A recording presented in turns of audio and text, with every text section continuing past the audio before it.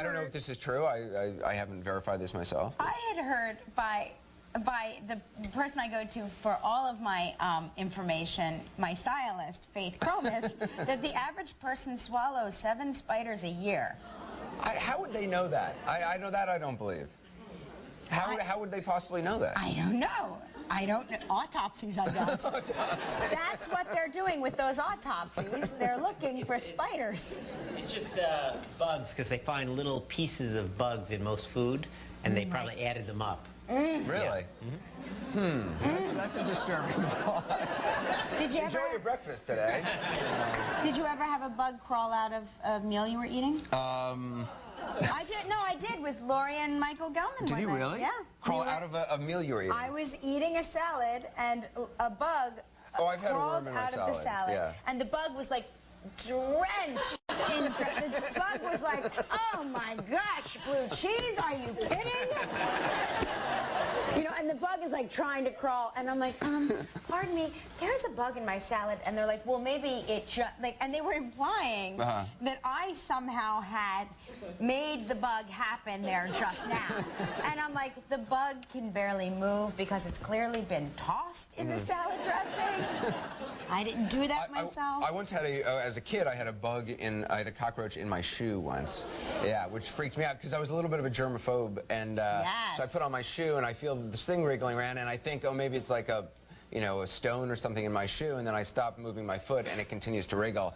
And I flipped out. Yeah, sure. Yeah. Because a New York City cockroach is I forced my family to move after that. Is that true? Yeah, it was a minor move of only a few blocks. So. No kidding. No, I didn't. But I was going to say, those are understanding folks. You know what I mean? Well, it's very funny because our son who's in kindergarten, Joaquin, who he always like sneaks toys into the classroom from home, and the teacher's always handing them to me at the end of the day, and she's like, he snuck another one in, so we started sort of frisking him and patting him down. Really? Like a common criminal, if you will, before he goes to school to make sure he doesn't have anything in his pockets. So he's gotten wise to us, and he started putting like Legos in his shoe, and we noticed, I thought he was limping. He was walking into the classroom like this. I said, do you have something in your shoe? No, I don't have anything in my shoe. I said, let me see your shoe. Take off your shoe. No, there's nothing in my shoe. There's no Legos in my shoe. I'm like, did you say Legos? I didn't say Legos. I don't know what you're talking about. And sure enough, took off his shoe. He had, a stormtrooper from Star Wars in his shoe. Do they have Lego stormtroopers? Yeah, they sure do. Yeah. Wow. When the last time I saw Lego, it was just like wooden blocks. It was just those blocks. They now have people and stuff. They have a land. They do. They do. My boys were in Legoland last weekend. Really? Outside what happens in Legoland? Everything. You can't handle the truth. They had a Lego inauguration. I love that you're still wearing that huge, ridiculous watch. I'm never taking this watch off. This watch is with me forever. Okay, go and on. when people say, where did you get that watch? I'm going to say, my friend Anderson Cooper 360. So they have like a Lego swearing in.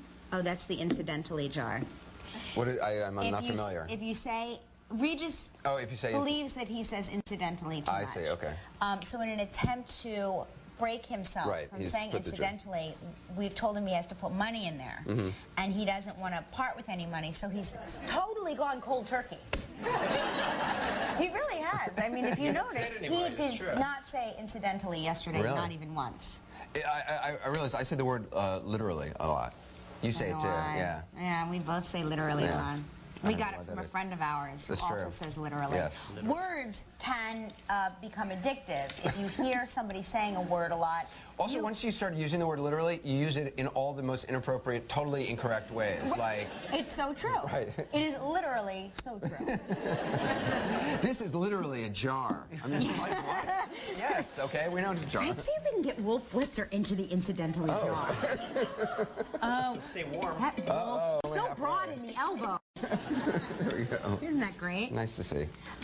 Anyway, we've got a show for you today, Anderson, that is going to be so good because you mentioned that you're germophobic, and our very good friend Howie Mandel, who sometimes... He's a germaphobe. I once tried to shake his hand, and he said, no, I don't do that. He will And then he did the fist bump thing. He fist bumps. Which I thought was just something that he didn't want to touch me. If you sniffle, if you make the mistake of clearing your throat or sniffling around him, you don't get the fist bump, you get the elbow. Is that right? Yeah, Really? he will give you the elbow because he wants to keep you... Has he always been that way? Really? Since I've known him, and you've known him longer than me. It's got to be. I mean, I was like that as a kid a little bit, but it's got to be hard as an adult. I think Donald Trump doesn't like to shake hands, and I was once in an elevator with him, and I shook his hand, and then I felt like a jerk because I remembered he doesn't like to shake hands, and I felt bad. Did you then wash his hand? Well, no, right. I think that would make it worse. Sorry about that. Let me wash your hand. No, I think that would be. Yeah, I actually sent Howie Mandel. They have these action figures, like a hypochondriac action figure and a germaphobe action figure. Action figures for these, and I sent him. Literally? Yeah, I literally. Wow. Amazing. I literally, incidentally, literally sent him one. But anyway, Dr. Yerpoliter is here today, and he is going to teach us Germ 101, everything you wanted to know about germs, but were afraid to ask.